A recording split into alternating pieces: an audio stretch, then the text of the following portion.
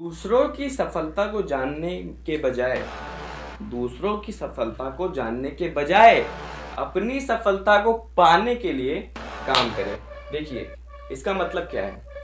काम करते रहिए, सफलता आपको मिलनी चाहिए, मंजिल मिलनी चाहिए, तो काम करना बहुत ज़रूरी है। काम मेरे साथ भी करिए, हर लेक्चर को अच्छे से अटेंड करिए, प्लस खुद भी काम करिए, खुद अपने दिमाग को दौड़ाएं, सेल्फ स्टडी करें, हर लेक्चर को अपनी तरह से एनालाइज करें, अपनी तरह से नोट्स बनाएं। ठीक है, कहीं से नोट्स लीजिए ना, खुद के नोट्स जो आदमी बनाता है ना, चाहे किसी का भी आप लेक्चर देखें, खुद के नोट्स बना रहे हैं, जो आप खुद के नोट्स बनाते हैं उसको रिवाइज करने में बहुत अच्छी फील आती है, क्योंकि आपको पता होता है कि आपने खुद लिखा है। तो वो मैं बात हर लेक्चर में आपसे बोलता हूँ। देखिए, आज का टॉपिक है पीएच स्केल। तो चलिए बिना टाइम वेस्ट करें शुरू करते हैं पीएच।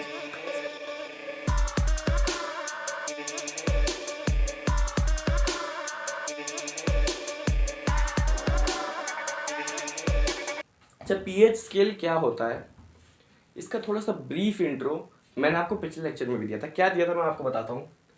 जो पीएच स्केल होता है ना, पीएच स्केल, ठीक है, कोई भी एसिड कितना स्ट्रॉन्ग है या कितना वीक है, ये पीएच स्केल बताता है। ऐसे ही कोई भी बेस कितना स्ट्रॉन्ग है कितना वीक है, ये भी पीएच स्केल बताता है। कैसे बताता है, सारी बारीकी आज जानेंगे, लेकिन फिलहाल जो छोटा सा इंट्रो है जिसको आपको समझ के चैप्टर में आगे बढ़ना पड़ेगा, वो ये है कि मैंने आपको बताया था स्ट्रॉन्ग एसिड कुछ होते हैं, कुछ वीक एसिड होते हैं, कुछ होते हैं स्ट्रॉन्ग बेसिस, और कुछ होते हैं strong weak acids, weak bases, कुछ होते हैं वीक बेसिस। ठीक है, ये आपको पता भी है कि HCl स्ट्रॉन्ग एसिड, बाकी कार्बोनिक एसिड जैसे वीक एसिड जैसे NaOH स्ट्रॉन्ग बेस, बाकी जो है थोड़े से वीक बेस होते हैं, आपको पता है। लेकिन अगर मैं आपको दो दे दूं, जैसे मैं आपको HCl दे दूं, ठीक है, और HNO3 दे दूं, आपको पता है कि ये दोनों स्ट्रॉन्ग एसिड हैं क्योंकि ये ज्यादा आयनाइजेशन करेंगे, लेकिन इन दोनों में से स्ट्रॉन्ग कौन सा है ये कैसे पता चलेगा? मतलब कौन ज्यादा स्ट्रॉन्ग है, कौन स्ट्रॉन्ग है, कौन ज्यादा स्ट्रॉन्ग है, कंपेयर करेंगे तो इसकी बात करेंगे कौन ज्यादा स्ट्रॉन्ग है। और जब वैसे एक ही एसिड को लेंगे, पीएच स्केल की मदद से देखेंगे तो पता चलेगा ये स्ट्रॉन्ग है या वीक है। तो ये चीज हमें पीएच स्केल बताता है, स्ट्रॉन्ग और वीक चीजें हमें पीएच स्केल बताते हैं। कह सकते हैं रिलेटिव स्ट्रेंथ हमें बताता है, रिलेटिव स्ट्रेंथ। ठीक है, तो आई होप बेसिक जो मैंने अभी आपको पीएच स्केल का बताया है उससे आपको थोड़ा बहुत पीएच स्केल का फील आया होगा। थोड़ा बहुत जानना बहुत ज़रूरी है, उसके बाद चैप्टर में आगे बढ़ना चाहिए। ऐसा नहीं कि तुरंत टॉपिक खुल जाए, आपको कुछ पता नहीं है तो मज़ा नहीं आता। ठीक है, रिलेटिव स्ट्रेंथ ऑफ एसिड्स और बेसिस, ऑफ एसिड्स और बेसिस। एंड मैं पिछले लेक्चर में बता ही चुका हूँ कि हाँ, मोस्टली बेसिस क्या होंगे, एल्कलीज। एल्कलीज मतलब वो बेसिस जो वाटर में सोल्यूबल होते हैं, आयनाइज हो जाते हैं।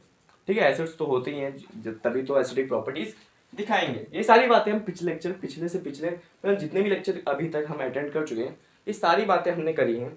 उसके बाद ही हम पीएच स्केल पढ़ेंगे। हम जान चुके हैं कि आयनाइज कैसे होता है, एसिड्स में कौन सा आयंस बनते हैं, बेसिस में कौन सा आयंस होते हैं। तो पीएच स्केल आपके लिए उतना मुश्किल मेरे ख्याल से नहीं होने वाला है। देखिए, इन दोनों की बात कर लिए, तो मैं करता हूँ इसे मिटा के हेडिंग डालता हूँ पीएच स्केल, फिर समझेंगे पीएच स्केल है क्या।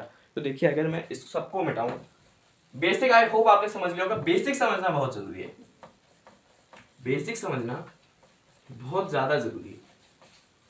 देखिए, अगर मैं एसिड्स की बात करूं, एसिड्स की पीएच स्केल हम पढ़ रहे हैं तो हेडिंग डाल देते हैं पीएच स्केल।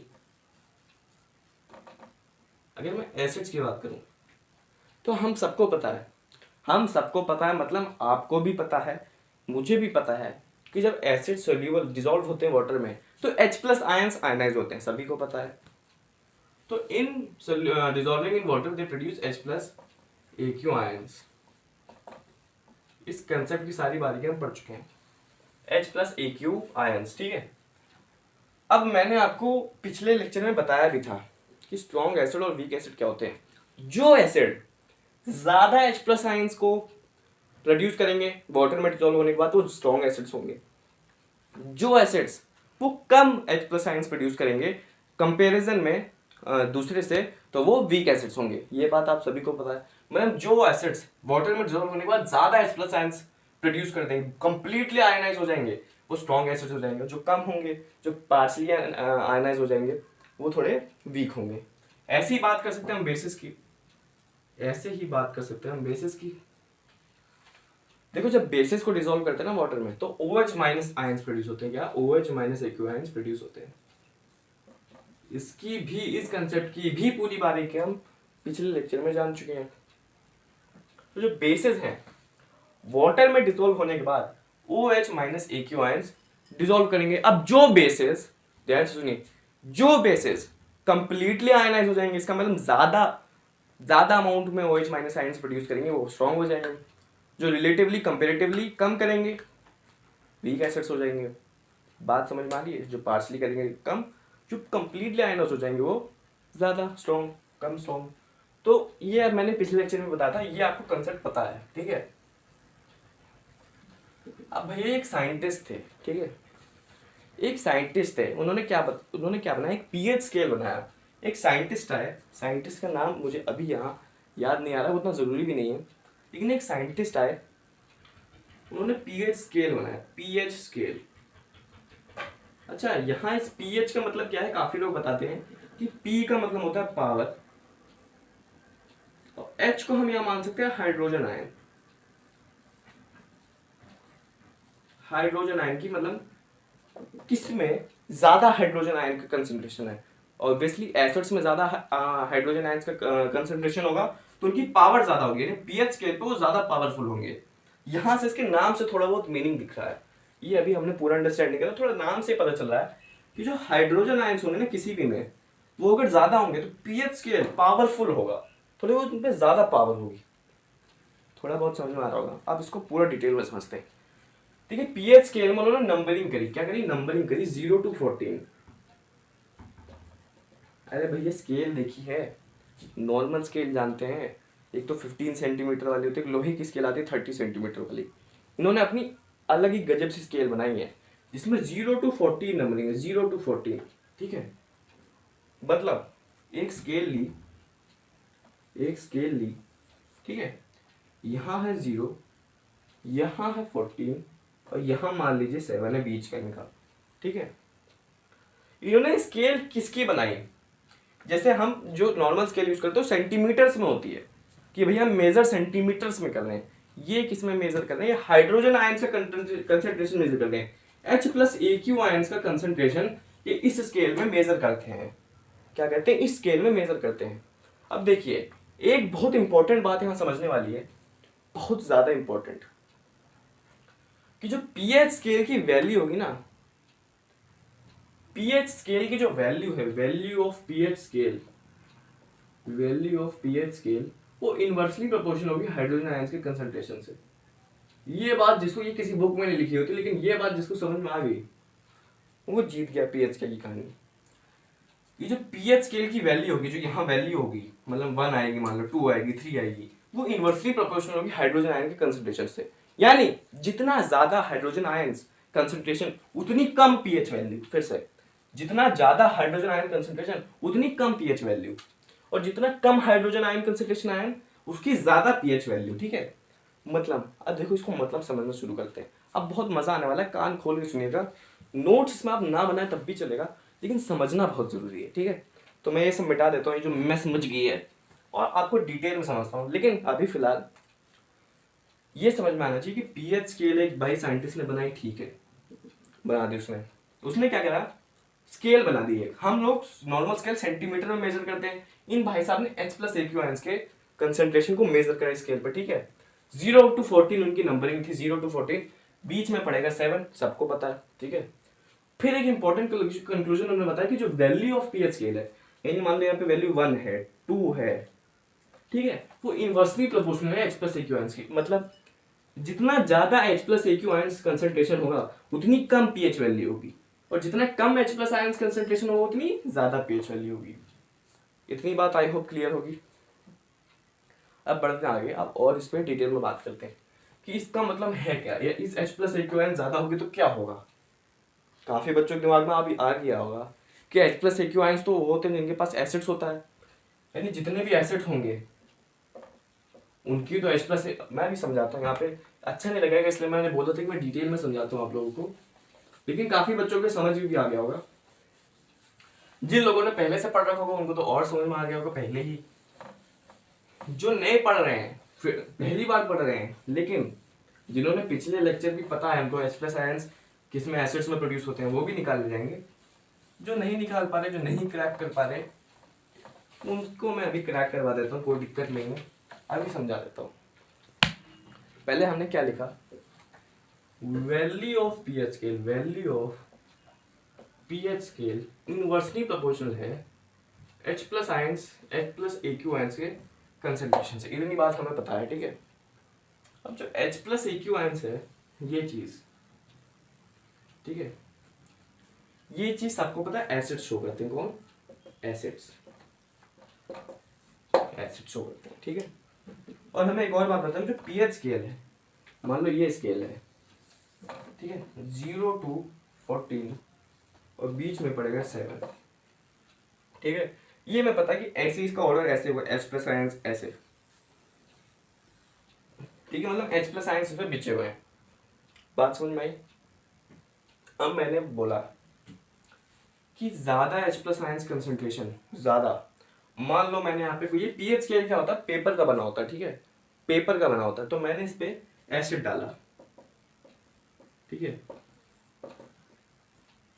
एसिड के पास ज्यादा H+ आयंस का कंसंट्रेशन है, ज्यादा H+ आयंस का कंसंट्रेशन है, तो इसकी जो पीएच वैल्यू आएगी वो कम आएगी, ये हमें पता ही है, क्योंकि ज्यादा वैल्यू आएगी, मतलब देखो ज्यादा पीएच H+ आयंस का कंसंट्रेशन है तो वैल्यू क्योंकि इनवर्सली प्रोपोर्शनल तो कम आएगी, यानी देखो कम आएगी, कम आएगी वैल्यू, कहीं ना कहीं इस रेंज में आएगी कम। वो कम क्या हो सकता है, 0 भी हो सकती है, 1 भी हो सकती है, 2 भी हो सकती है, 3 भी हो सकती है, 4 भी हो सकती है, 5 भी हो सकती है, 6 भी हो सकती है, कम आएगी वैल्यू, क्योंकि जो 7 होता है ना वो न्यूट्रल होता है। देखो एक बात समझिए, यहाँ पे 7 जो होता है ना वो न्यूट्रल वैल्यू आती है, मतलब ऐसे सारे कंपाउंड्स जो ना ही एसिडिक है ना ही बेसिक है, यानी जो प्योर वाटर होता है, ठीक है, वो ना ही एसिडिक है ना ही बेसिक है, तो उसकी जो वैल्यू आएगी वो 7 आएगी।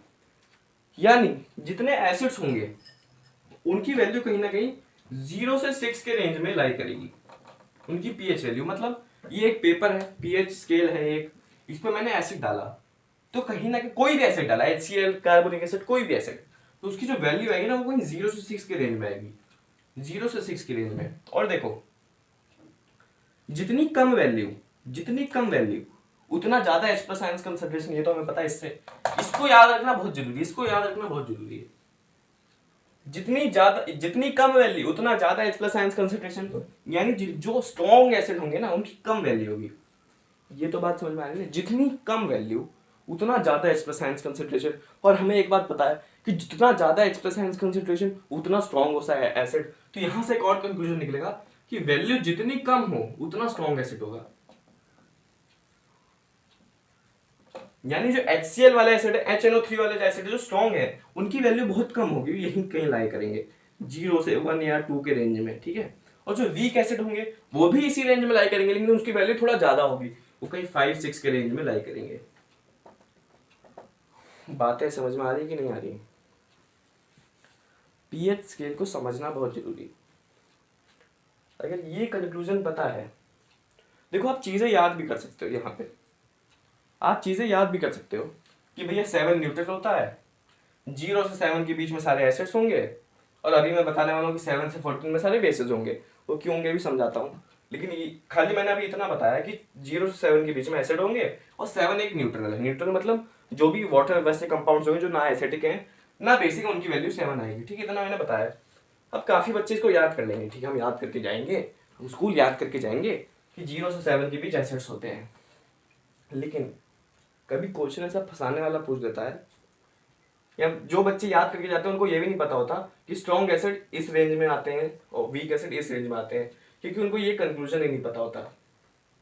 लेकिन आप मेरे से पढ़ रहे हो तो आपको पता होना चाहिए, आपको ये कंक्लूजन पता है, आपको पता है कि जितना ज्यादा H+ आयंस कंसंट्रेशन होगा, यानी स्ट्रॉन्ग एसिड में ज्यादा H+ आयंस कंसंट्रेशन होता है, ये तो पता है, उतनी कम वैल्यू होगी, उतनी कम वैल्यू होगी, यानी बहुत कम वैल्यू, क्या पता जीरो वैल्यू हो, HCl की वैल्यू 0 होती है, बहुत ज्यादा H+ आयंस कंसंट्रेशन होता है, बहुत कम वैल्यू आती है, 0 आ जाती है। और स्ट्रॉन्ग मतलब उससे थोड़ा कम स्ट्रॉन्ग की 1 वैल्यू आ जाएगी, उससे थोड़ा कम स्ट्रॉन्ग की 2 वैल्यू आएगी, और करते करते जो वीक एसिड्स होंगे उनकी वैल्यू थोड़ी ज्यादा आएगी, तो 5, 6, 4, 5, 6 के रेंज में आएंगे।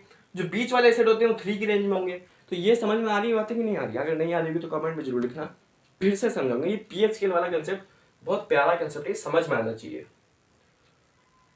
अगर थोड़ी मैथ्स मच रही हो, दिख ना रहा हो, तो बातें सुनिए, बातें सुन के अपनी कॉपी पे लिखते जाइए। कॉपी पे इस कंक्लूजन को सुंदर तरीके से लिखिए, कॉपी में इस पीएच स्केल को सुंदर तरीके से बनाइए। 0 से 7, 7 से 14 मेजर करिए। H plus ions concentration measure होते हैं, इस बात को ध्यान में रखिए। और ये कंक्लूजन से सारे आप कंक्लूजन निकालने वाले हैं, ठीक है। ये थोड़ी बात करिए एसिड्स की। आइए बात करते हैं बेसिस की, कि बेसिस कहाँ लाई करेंगे। आप सभी को पता है बेसिस 7 से 14 में लाई करता है, लेकिन क्यों? आइए मैं समझाता हूँ, आइए मैं आपको समझाता हूँ। बेसिस की बात करने वाले हैं।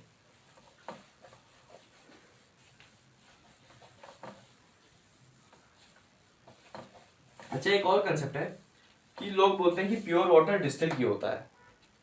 सॉरी, मैं क्या बोला, प्योर वाटर न्यूट्रल क्यों होता है। कुछ लोग पूछते हैं, कुछ लोग जो अच्छे बच्चे होते हैं उनके दिमाग में क्वेश्चन हमेशा दौड़ रहे होते हैं। वो सोचते हैं कि यार ये 7 क्यों आ रही है इसकी वैल्यू, कि न्यूट्रल क्यों है, ये एसिडिक क्यों नहीं है, बेसिक क्यों नहीं है। क्योंकि जो H2O होता है ना, वो आयनाइज होके सेम अमाउंट में H प्लस AQ और OH माइनस आयंस बना लेता है, सेम अमाउंट में। इसका भी अमाउंट सेम होता है, इसका भी अमाउंट सेम होता है, तो ये दोनों कैंसिल हो जाते हैं, इस तरह के इफेक्ट को कैंसिल कर देते हैं, और जो वाटर में मिलता है वो न्यूट्रल मिलता है। तो जिन बच्चों को क्या पता क्वेश्चन हो दिमाग में कि वाटर न्यूट्रल क्यों होता है, उसका ये रीजन है, ठीक है। कभी कभी पूछ भी सकता है, आपको ये सब बातें पता होनी चाहिए। इसलिए प्योर वाटर डिस्टिल होता है एंड पीएच स्केल को 7 वाले मार्क पे लाई करता है, क्योंकि 7 जो है वो न्यूट्रल को दर्शाता है। अब बात करते हैं बेसिस की। देखिए कंक्लूजन यहाँ पे वही रहेगा, value of pH scale inversely proportional to H plus ions concentration. क्योंकि हम मेजर ही H प्लस आयंस, मतलब जो मेजरिंग है ना, मेजरिंग टूल है वो H प्लस आयंस कंसंट्रेशन ही है। जैसे आपके नॉर्मल स्केल में मेजरिंग टूल सेंटीमीटर ही होता है, आप पहचान जाते हो, ज्यादा सेंटीमीटर तो ज्यादा बड़ी चीज। वैसे यहाँ पे भी मेजरिंग चीज H प्लस AQ हुई है। जो हमने स्केल बिछाई है उस स्केल पे हम H प्लस AQ का ही कंसंट्रेशन मेजर कर रहे हैं। तो फिर से एक बार स्केल बना देते हैं। यहाँ 7, यहाँ 14, यहाँ 0। ये बात तो हम कर चुके हैं, यहाँ एसिड्स होंगे, और जो स्ट्रॉन्ग एसिड्स होंगे वो उनकी ज़्यादा लोअर वैल्यू होगी, वो थोड़ा यहाँ होंगे। जो बीच वाले होंगे यहाँ होंगे, बस थोड़ी वीक एसिड होंगे वो इस रेंज में होंगे। ये बात हम कर चुके हैं, पूरी समझ भी चुके हैं। अब देखो यहाँ जैसे जैसे जा रहे हैं, यहाँ जैसे जैसे हम जा रहे हैं, वैसे वैसे H प्लस AQ आयंस की कंसेंट्रेशन घट रही है, तभी तो भैया यहाँ ज़्यादा है। और जैसे जैसे स्केल में आगे जा रहे हैं, ये बात भी कंक्लूजन में ले, नोट्स में सारी बातें जानी चाहिए। जैसे जैसे पीएच स्केल में आगे जा रहे हैं, जैसे जैसे आगे जा रहे हैं, वैसे वैसे H प्लस आयंस की जो कंसेंट्रेशन है वो घट रही है। और H प्लस आयंस कंसेंट्रेशन घटेगी तो वो एसिडिक से धीरे धीरे धीरे, दो ही तो चीजें हैं यार, पहला एसिड, बीच में न्यूट्रल, फिर बेस, 2-3 ही तो चीजें हैं दुनिया में। तो जैसे जैसे एसिडिक कंसेंट्रेशन देखो घट रही है, घट रही है, घट रही है, घटते घटते एक टाइम पे न्यूट्रल हो जाएगा, मतलब कोई H प्लस AQ आयंस है ही नहीं, गायब, सब घट घट के खत्म हो गए। फिर देखो फिर और घटने लगी, और घटने लगी, और यहां से OH माइनस आयंस की कंसेंट्रेशन बढ़ने लगी। यहां से एक बार H प्लस AQ आयंस खत्म हो गए तो देखो यहां से OH माइनस कंसेंट्रेशन बढ़ने लगेगी। क्या होगी? जैसे जैसे पीएच स्केल में आगे जाओगे वैसे वैसे H प्लस AQ आयंस की कंसेंट्रेशन घटने लगेगी और OH माइनस आयंस की कंसेंट्रेशन बढ़ने लगेगी। ये कंक्लूजन आपको याद रखना है, ये कंक्लूजन आपको याद रखना है, बोलो मेरे साथ। जैसे जैसे स्केल में आगे जाओगे H प्लस आयंस की कंसेंट्रेशन घटने लगेगी और OH माइनस की आयन कंसेंट्रेशन बढ़ने लगेगी। फिर से जैसे जैसे स्केल में आगे जाओगे H प्लस AQ आयंस की कंसेंट्रेशन घटने लगेगी और OH माइनस आयंस की बढ़ने लगेगी। इसका मतलब यहाँ पे सबसे ज्यादा होगी H प्लस आयंस की कंसेंट्रेशन, तो यहाँ सारे स्ट्रॉन्ग एसिड्स होंगे, फिर घटने लगेगी, घटने लगेगी, घटने लगेगी, एक टाइम पे न्यूट्रल आ जाएगी, फिर OH माइनस आयंस की कंसेंट्रेशन बढ़ने लगेगी, बढ़ने लगेगी। यानी देखो यहाँ से OH माइनस आयंस की कंसेंट्रेशन बढ़ने लगेगी, यानी यहाँ सबसे वीक एसिड्स होंगे। भाई यहाँ तो बढ़ना शुरू हुई है ना OH माइनस की, देखो यहाँ पे घटना, यहाँ से यहाँ सबसे स्ट्रॉन्ग थी, यहाँ से घटना शुरू हुई, एक टाइम पे न्यूट्रल आया, न्यूट्रल के बाद OH माइनस आयंस की बढ़ना शुरू हुई, यानी यहाँ पे सबसे कम है OH माइनस आयंस की कंसेंट्रेशन, ठीक है। और धीरे धीरे बढ़ रही है, बढ़ रही है, बढ़ रही है, बढ़ रही है, और यहाँ जाके बिल्कुल मैक्स हो गई। तो यहाँ पे जो OH माइनस आयंस की कंसेंट्रेशन वो सबसे ज्यादा है। अब यहाँ से क्या पता चलेगा? OH माइनस आयंस की कंसंट्रेशन जो कम होती है, हम सबको पता है वहां पे वीक बेसिस होते हैं, और अगर ज्यादा होगी तो स्ट्रॉन्ग बेसिस। तो ये भी कंक्लूजन हमने निकाल लिया है। अब थोड़ी बातें आपको क्लियर होने लगी होंगी। दो कंक्लूजन है देखो, एक तो पहला ये वाला कि जैसे जैसे वैल्यू बढ़ाओगे वैसे वैसे H प्लस आयंस की कंसंट्रेशन कम होती जाएगी। जैसे जैसे वैल्यू बढ़ाओगे वैसे वैसे H प्लस आयंस की कंसंट्रेशन कम होती जाएगी, कम होती जाएगी। और देखो न्यूट्रल के बाद जैसे जैसे न्यूट्रल के बाद जैसे जैसे कंसंट्रेशन मतलब जैसे जैसे आप वैल्यू में आगे बढ़ोगे वैसे वैसे OH माइनस आयंस की कंसंट्रेशन बढ़ने लगेगी। अब पीएच स्केल पूरा क्लियर हो गया होगा। अब कंक्लूजन अगर मैं निकालूं तो पहला कंक्लूजन 0 से 7 के बीच में सारे एसिड्स, ये याद करने वाली बातें। 7 से 14 के बीच में सारे basis. 7 is a neutral number, सारे न्यूट्रल कंपाउंड्स यहाँ आएंगे 7 पे। ठीक है, मैं कर क्या रहा हूँ, जैसे मैंने टेस्ट करा, देखो ये पीएच स्केल का पेपर है, ये पेपर होता है एक तरह से। ठीक है, यहां मैंने कोई एसिड डाला, ठीक है, तो मुझे कुछ वैल्यू मिली। एसिड डालने के बाद कुछ वैल्यू मिली स्केल से, तो मैंने पहचान ली कि कैसे टाइप का एसिड है। फिर मैंने इस पे बेस डाला, बेस डालने के बाद में मुझे कुछ वैल्यू मिली। ठीक है, तो एक्सपेरिमेंट के द्वारा पता चलते रह गया कि जब भी कोई सा भी एसिड डाला था हमेशा वैल्यू 0 से 7 के बीच में आ रही थी, और जब भी मैं कोई बेस डाला था 7 से 14 के बीच में वैल्यू आ रही थी। इसका मतलब हमने कंक्लूजन क्या निकाला, 0 से 7 के बीच में सारे एसिड्स, 7 से 14 के बीच में सारे basis. 7 is a neutral number, जब भी मैंने वाटर डाला तो वैल्यू आई 7, या और भी जो जितने भी न्यूट्रल कंपाउंड्स है वो डाला तो वैल्यू हमेशा 7 आ रही थी। तो ये कंक्लूजन निकलना चाहिए। बाकी ये दोनों बहुत इंपॉर्टेंट है, ये वाला और एक ये वाला, काफी बार ये समझा चुका हूँ, अब तो आपके दिमाग में बैठ ही गया होगा पीएच स्केल क्या होता है। तो आज के बाद, इस लेक्चर के बाद पीएच स्केल पे कोई भी कंफ्यूजन नहीं होनी चाहिए दिमाग में। याद भी करनी है चीजें, समझनी भी है, क्यों स्ट्रॉन्ग होता है क्यों वीक होता है वो भी समझना है।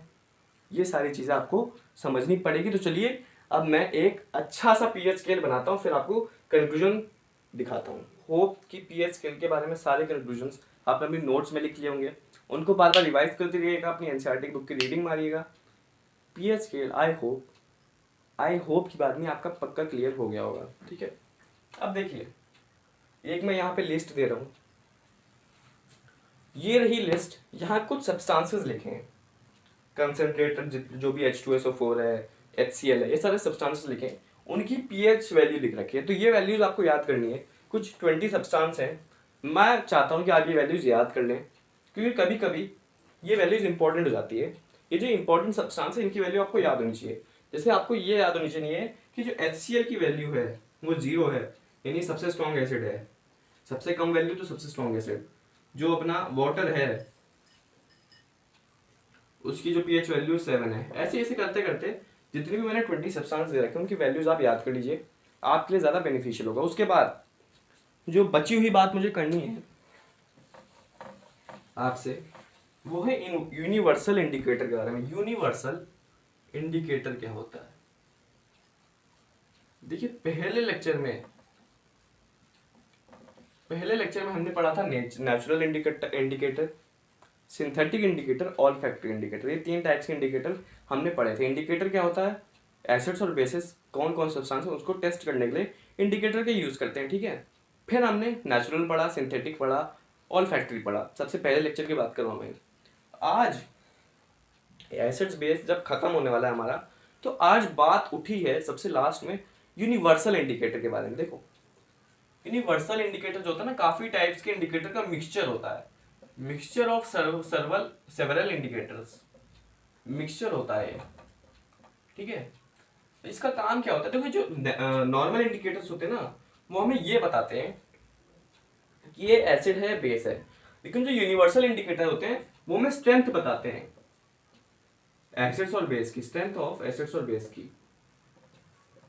और आपको पता है मतलब स्ट्रेंथ बताते हैं कि अगर मैं कोई इस पर डालूं तो ये मुझे ये नहीं बताएंगे कि ये एसिड है या बेस है, ये मुझे ये तो बताएंगे कि एसिड या बेस है, लेकिन साथ साथ में ये भी बताएंगे कि एसिड ज्यादा स्ट्रॉन्ग है या कम स्ट्रॉन्ग है, या बेस ये ज्यादा स्ट्रॉन्ग है कम स्ट्रॉन्ग है। और यही चीज हमें पीएच स्केल बताता है। भाई पीएच स्केल भी तो यही बताता है, 0 है तो ज्यादा स्ट्रॉन्ग, 7 है तो कम स्ट्रॉन्ग, यानी वीक, और ऐसे ही 8 है तो कम स्ट्रॉन्ग बेस, और 14 है तो ज़्यादा स्ट्रॉन्ग बेस।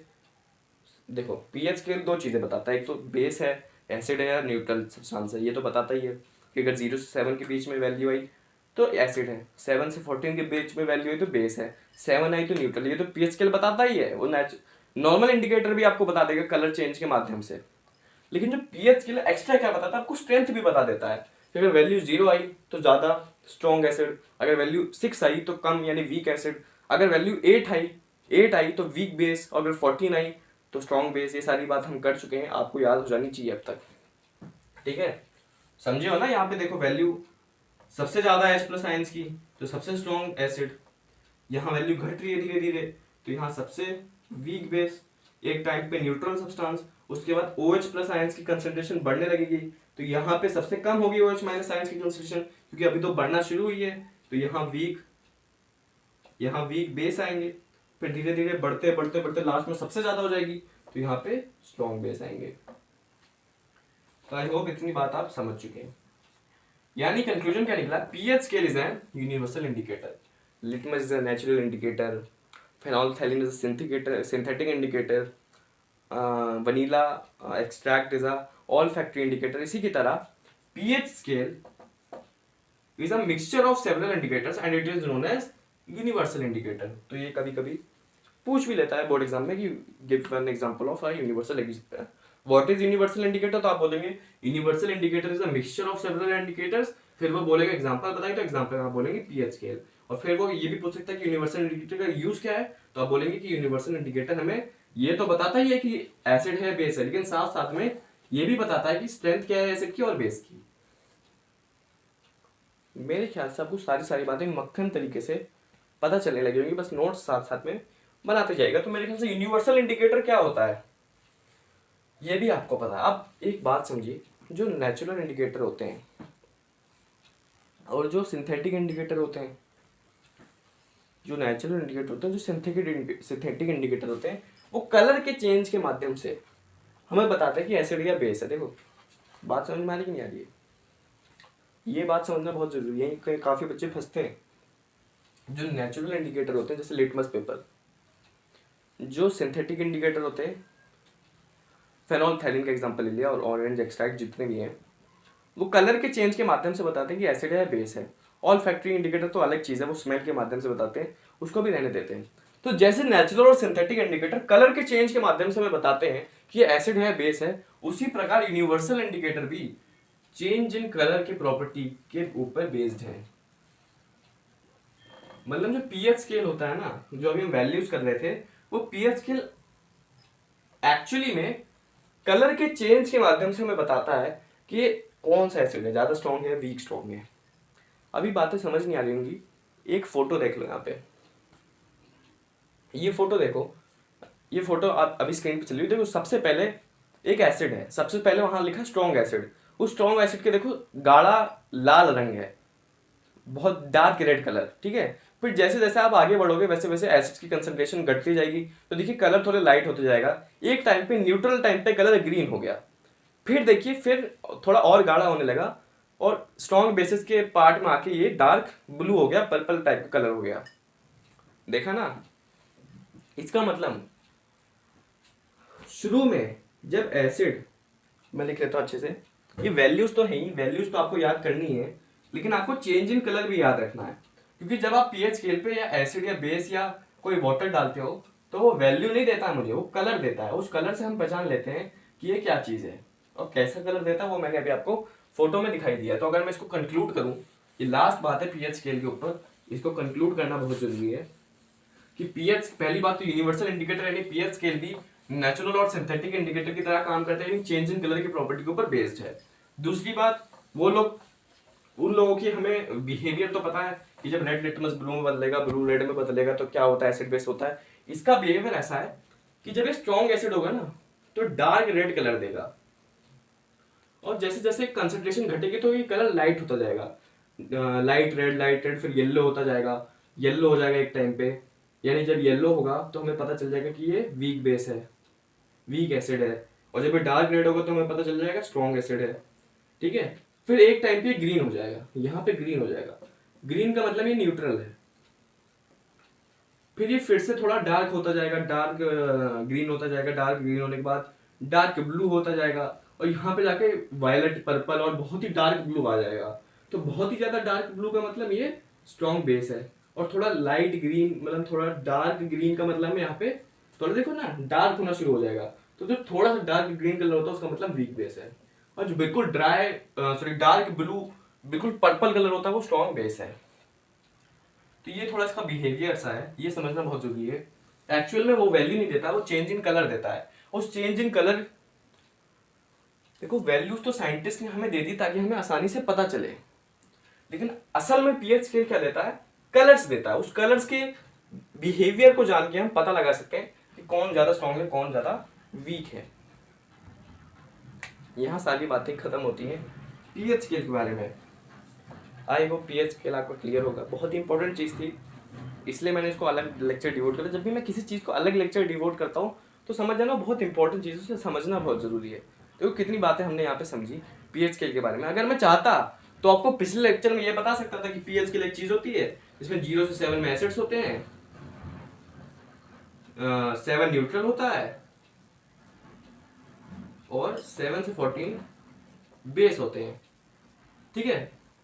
और ये सही भी है, ऐसा नहीं है गलत है, लेकिन मैं चाहता था आप समझो कि 0 से 7 क्या होता है, और 0 जब होता है तो स्ट्रॉन्ग एसिड क्यों होता है, और 7 से 14 क्यों बेस होता है, और 14 क्यों स्ट्रॉन्ग बेस होता है। मैं चाहता था आप समझो, समझ में आपको, इसलिए मैंने इसको अलग लेक्चर डिवोट करा, वरना मैं चाहता तो मैं ब्रीफ में भी समझा सकता था। फिलहाल कंक्लूजन याद रखें, वो दोनों कंक्लूजन भी याद रखें कि वैल्यू क्या इनवर्सली प्रोपोर्शनल है और कैसे कैसे न्यूट्रल के बाद OH माइनस आयंस की कंसंट्रेशन बढ़ती है और यहाँ सबसे ज्यादा होती है H प्लस आयंस की घटने लगती है। ये सारी बातें OH माइनस की बढ़ती रहती है। ये सारी बातें मैं समझा चुका हूँ। आई होप अपने कंक्लूजन अपने नोट्स में भी लिख लिया होगा। यहाँ थोड़ी मैथ मच सकती है, लेकिन अगर आप नोट्स अच्छे से बनाएंगे तो यहाँ सारा जो भी नॉलेज है वो अपने नोट्स में उतार सकते हैं। तो देखिए अब एसिड्स बेसिस का पूरा कंसेप्ट हो गया खत्म, स्ट्रेंथ ऑफ एसिड्स बेसिस यानी पीएच स्केल भी हो गया खत्म। तो अब जो जरूरत है इस लेक्चर में वो 3-4 इलस्ट्रेशन एग्जाम्पल करने की, ताकि एसिड्स बेस में कैसे कैसे क्वेश्चंस बनते हैं आपका थोड़ा माइंड खुले। फिर अगले लेक्चर में तो सॉल्ट को लेकर आगे बढ़ेंगी। तो मैं लाता हूँ स्क्रीन पे पहला इलस्ट्रेशन का एग्जाम्पल। ये पहला इलस्ट्रेशन एग्जाम्पल आपकी स्क्रीन पे है। एक सोल्यूशन ए है उसकी पीएच इतनी है, एक सोल्यूशन बी है उसकी पीएच इतनी है। पूछ रहा है कौन से में ज्यादा H प्लस आयंस कंसंट्रेशन है और कौन सा एसिड है कौन सा बेस है। तो पीएच के बारे में आप सब जानते हैं, ये क्वेश्चन आप आराम से उड़ा ले जाएंगे। तो चलिए पॉज करें, इसे खुद सॉल्व करें, मैं करने जा रहा हूँ इसे सॉल्व। तो देखिए एक सोल्यूशन ए है उसकी पीएच इतनी है, एक सोल्यूशन बी उसकी पीएच इतनी है। पहला पार्ट देखते हैं, पूछ रहा है which has more H plus ions concentration. हमें पता है कि जितनी वैल्यू कम होगी उतना H प्लस आयन कंसंट्रेशन ज्यादा होगा, ये हमें कंक्लूजन पता है। पर जितनी H प्लस आयन कंसंट्रेशन, अरे ये पता है कंक्लूजन की नहीं पता है भैया, जितनी वैल्यू कम होगी उतनी H प्लस आयन कंसंट्रेशन ज्यादा होगी, और जैसे जैसे वैल्यू बढ़ेगी वैसे वैसे H प्लस आयन कंसंट्रेशन की वैल्यू जो है वो घटेगी। कंक्लूजन पता ना, value of pH is inversely proportional to 1/H plus AQ ions की कंसंट्रेशन। इसका क्या मतलब है, इसका मतलब है कि जब वैल्यू बहुत कम होगी तब H प्लस आयंस कंसंट्रेशन बहुत ज्यादा होगी। और पूछ क्या रहा है किस वैल्यू की ज्यादा है, तो देखो 8 और 6 में से 8 और 6 की कंपैरिजन करो तो 6 की वैल्यू कम है, यानी 8 कहीं यहाँ पे होगा 7 के बाद, 8 कहीं यहाँ पे होगा 6 यहाँ पे होगा। अब देखो इसके कंपैरिजन में तो इसकी वैल्यू कम है ना, तो इसकी वैल्यू अगर कम है तो यानी इसकी जो H प्लस आयंस कंसंट्रेशन वो ज्यादा होगी, यानी solution A has more H plus ions concentration. ठीक है, बस कंक्लूजन याद रखो, क्वेश्चन सिंपल है, समझ में आ गया ना कि ज्यादा कम वैल्यू तो H प्लस आयन कंसंट्रेशन ज्यादा, ठीक है। लेकिन कंपेयर यहाँ करना था इन दोनों के बीच में, तो 8 और 6 में से वैल्यू तो 6 की कम है, यानी 6 की ज्यादा होगी कंसंट्रेशन। देखो B part, which is acid and which is base. अब पता है देखो यार 0 से 7 के बीच में सारे एसिड्स होते हैं, देखो 0 से 7 के बीच में यानी ये एसिड है, 7 से 14 के बीच में सारे बेस होते हैं, देखो 8 है यानी ये बेस है। कुछ था नहीं क्वेश्चन में खास, खाली जितने कंक्लूजन याद रखे थे उनको यूज करना था।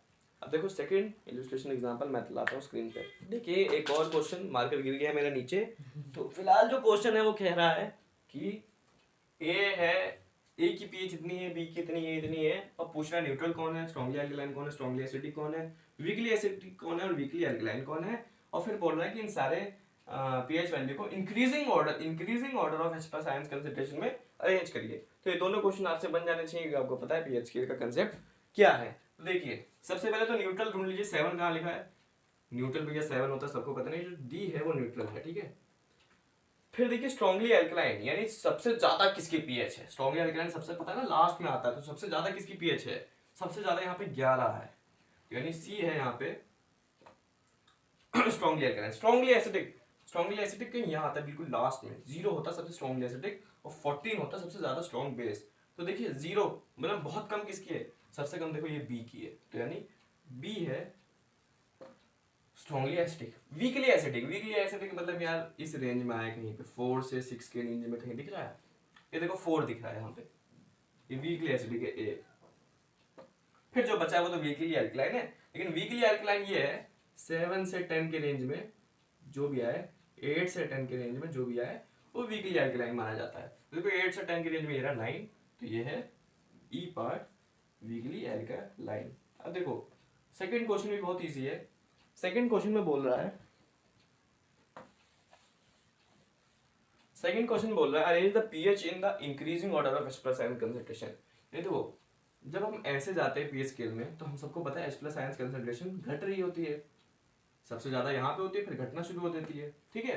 तो बोला increasing order of H+ ion concentration में, यहाँ देखो इंक्रीजिंग ऑर्डर में लगाना, तो देखो यार सबसे कम किसकी है यहाँ पे, देखो यार ये है यहाँ पे, पहले मार्क कर लेते, देखो ये 1, फिर है हमारे पास 4, फिर है हमारे पास 7, फिर है 9 और फिर है 11। तो इंक्रीजिंग ऑर्डर में करना सिंपल सी बात है यार, सबसे कम से शुरू हो और सबसे ज्यादा में हो। अब कुछ बच्चे गलती कर देते हैं, इंक्रीजिंग ऑर्डर का मतलब होता है सबसे कम से सबसे ज्यादा, तो सोचते हैं यार सबसे कम तो 1 है, लेकिन नहीं यार H+ आयंस के कंसंट्रेशन में देखना है, तो यार सबसे कम है यहाँ, तो सबसे ज्यादा H+ आयंस है ना, अरे दिमाग लगाओ अपना। मैंने बोला H+ आयंस की कंसंट्रेशन जैसे जैसे आगे जाओगे वैसे वैसे घटेगी, इसका मतलब यहाँ पे सबसे ज्यादा होगी, तो ये तो सबसे ज्यादा है, हमें इंक्रीजिंग ऑर्डर में लगाना है, सबसे कम से सबसे ज्यादा से ज्यादा है। देखो घटती जाएगी, तो सबसे जो लास्ट वाला होगा इसके सबसे कम होगी, अरे भैया ऐसे घट रही है ना, तो देखो इसकी सबसे कम होगी और घटना यहाँ से शुरू हुई है, यानी इसकी सबसे ज्यादा होगी, और इंक्रीजिंग ऑर्डर में लगाना है इसके ऊपर में, तो यहाँ ये घट रही है तो इसकी सबसे ज्यादा है, इसकी सबसे कम है, इसकी सबसे ज्यादा है, तो देखो इंक्रीजिंग ऑर्डर में ऐसे लगेगा 11 9 7 4 1। तो कॉन्सेप्ट्स को याद में रखना है, कंक्लूजन सारे नोट्स में लिखने हैं और क्वेश्चन उसके माध्यम से बनाते जाने हैं। ये काफी अच्छा क्वेश्चन है, बोर्ड में आ भी रखा है, यहाँ काफी बच्चे फंस जाते हैं लेकिन हमें अब नहीं फंसना है, ठीक है। तो एक देखो नेक्स्ट होमवर्क क्वेश्चन आपके लिए, वो मैं स्क्रीन पे लाने से पहले आपको एक बात बताना चाहता हूँ कि एनसीईआरटी बुक में importance of pH scale, importance of pH in everyday life करके एक टॉपिक है, उसमें काफ़ी सारे पार्ट हैं, इन are digestive system, self defence by plants and animals, ऐसे कर टूथ डिके के बारे में एक चीज़ें, ऐसी बहुत चीज़ें वो एवरीडे लाइफ में पीएच जो है वो कैसे इंपॉर्टेंट है, वो सारी चीज़ें हैं। तो मैं चाहता हूँ कि आप जो भी 4 या 4 पॉइंट्स में बांट रखा है उनमें से आप पढ़ लें, उनको याद भी कर सकते हो तो याद कर लें, कभी कभी बोर्ड एग्जाम में पूछ लेता है what is pH and what is the importance of pH in our everyday life, ठीक है। व्हाट इज पीएच का आंसर तो पता चल गया ना, पीएच वो ऐसा पेपर है जो हमें स्ट्रेंथ ऑफ एसिड बेस, यानी ऐसा यूनिवर्सल इंडिकेटर जो हमें strength of acid and base बताता है, और न्यूट्रल कौन है वो भी बताता है। तो वो याद कर लीजिए, कभी कभी आ जाता है importance of pH in everyday life, कभी कभी 2 मार्कर में 3 मार्कर में, तो उसको आप याद कर सकते हैं, उसमें ऐसा कुछ पढ़ाने वाला नहीं है, इसलिए मैंने आपको बोला कि आप वो याद कर सकते हैं। केमिस्ट्री में काफ़ी चीज़ें समझने के साथ याद भी रटनी भी पड़ती हैं। तो मैं लाता हूँ लास्ट क्वेश्चन आपका होमवर्क क्वेश्चन स्क्रीन पे, लास्ट होमवर्क क्वेश्चन है आपके लिए, होमवर्क है आपके लिए, ठीक है। और fresh milk has a pH of 6 when it changes into curd will its pH value increase और डिक्रीज बाय। काफी अच्छा क्वेश्चन है, बोर्ड में आ भी चुका है, तो दिमाग लगाएं इस पे, खूब दिमाग लगाएं। कर्ड का जो कंसेप्ट है वो पता होना चाहिए कि भैया मिल्क से कर्ड बनती है, कर्ड को अगर ज्यादा अंग्रेजी भाषा में जाना तो कहते हैं योगर्ट, और हिंदी भाषा में से दही कहते हैं, कर्ड को दही कहते हैं, दही कहते हैं, ठीक है।